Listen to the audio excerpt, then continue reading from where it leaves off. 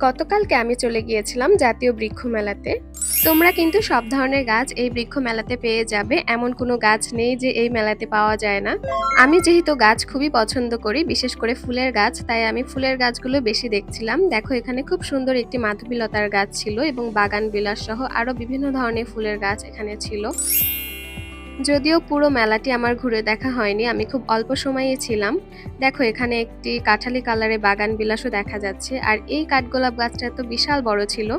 এই আমগুলোকে মনে হয় মিয়াজাকি বলা হয়, আমার ঠিক জানা নেই। আর এই সাইডে অনেক ধরনের ক্যাকটাস এবং অর্কিডের কালেকশন ছিল।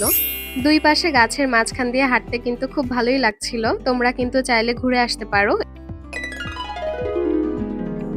আর এই দোকানটায় খুব ইউনিক ইউনিক টাইপের জিনিস ছিল, বিভিন্ন ধরনের অর্কিড এবং ডেকোরেশন আইটেমও এখানে কিন্তু তোমরা পেয়ে যাবে। এই বৃক্ষ মেলাটি কিন্তু 25 তারিখ পর্যন্ত আছে, তোমরা চাইলে ঘুরে আসতে পারো। আর এই সাইডের ডেকোরেশন গুলো খুব সুন্দর ছিল, এখানে বাচ্চারা দাঁড়িয়ে দাঁড়িয়ে এই ডেকোরেশন গুলো দেখছিল। আমি কিন্তু মেলা থেকে দুটো গাছ কিনেছিলাম, যদিও আমার বারান্দায় এখন খুব একটা জায়গা নেই, তাই অল্পই কিনেছি। এটি ছিল একটি অ্যারোমেটিক জুই এবং তারপর একটি বেলি ফুলের গাছও কিনেছিলাম।